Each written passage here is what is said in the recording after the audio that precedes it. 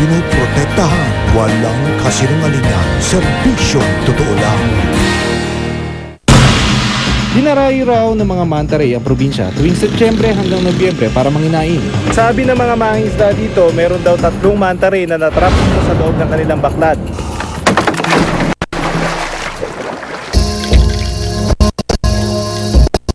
Pilipinas ay hindi lang mayaman sa buhay ilang. Lang yan, sa loob niyan, nandyan yung entrance nung minahan na papasukin natin. Suot mo na. Tapos, dito ka pigil ka sa lubid.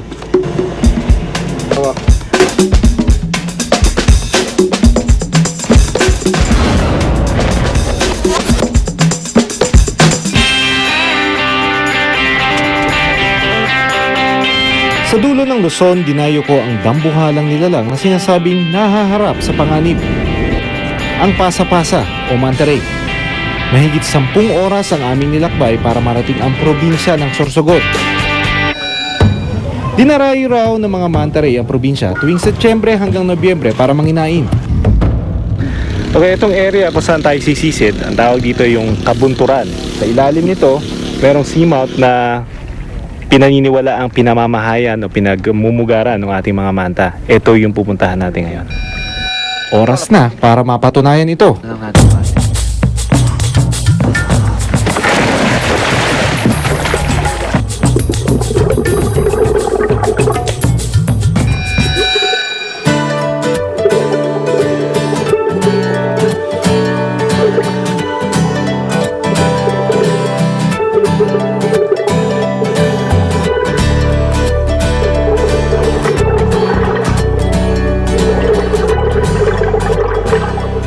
Nakipaglaro ako sa isang grupo ng maliliit na isda.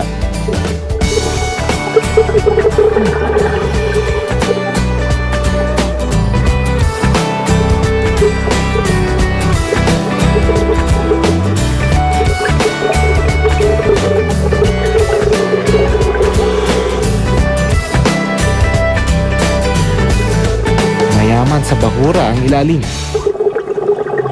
Pero di tulad ng ibang lugar na nasisid ko, kapansing-pansing namumuti ang maraming bahura. Tila hindi rin nakaligtas ang lugar na ito sa coral bleaching. Patuloy kong hinanap ang mga manta-ray. Pero lumipas ang 1 oras at halos paubos na rin ang hangin ng aming tangke, wala pa rin ang mga ito. First dive namin, explore lang namin yung area. Malalim yung around nung mountain, pero walang manta. Hindi naging matagumpay ang unang dive. Kinabukasan, sinubukan ulit namin na makita sila. Pero isang balita nakarating sa amin. Hindi ko inaasahang isang rescue mission ang aming kakaharapin. Okay, sabi na dito, meron daw 3 manta-ray na trap dito sa loob ng kanilang baklad. Ayan ang sisisirin natin ngayon at papakawalan. Palibutin niya ano?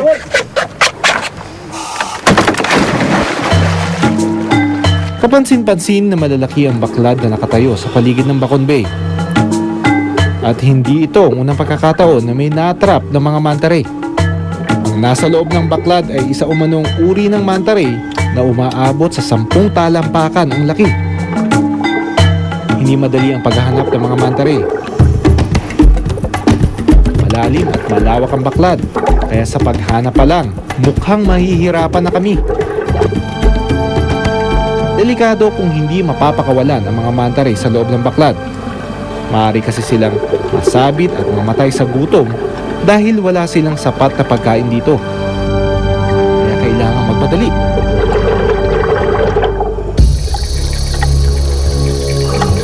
Maya-maya pa,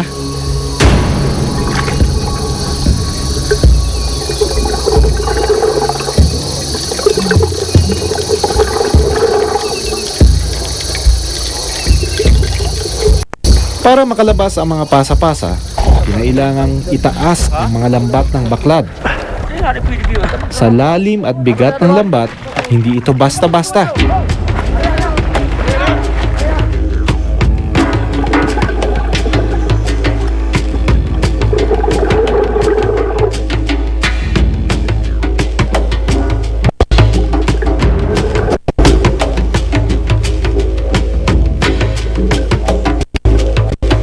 Iba't ibang strategy ang aming sinubukan para makalabas ito.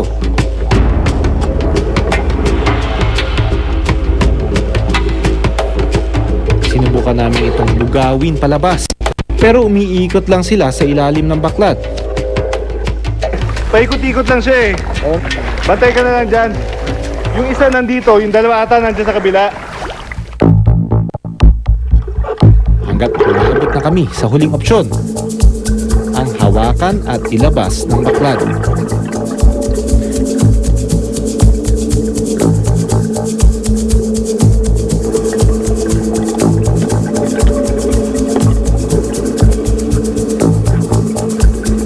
Hindi dapat hawakan ang mga hayop na ito. Pero dahil paikot-ikot lang sila sa ilalim at hindi makalabas sa pagbubugaw namin, kinailangan na namin itong hulihin.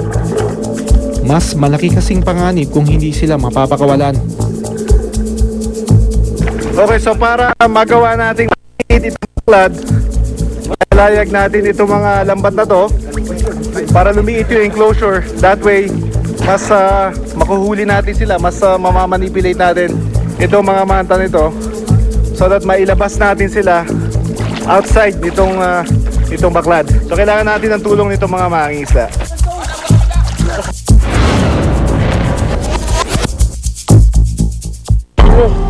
Kecil ya. Go. Apa mga miras pa dyan. Okay. Angat. Alright. Oh. Hop, okay. Bye-bye. Bye-bye. Isa pa?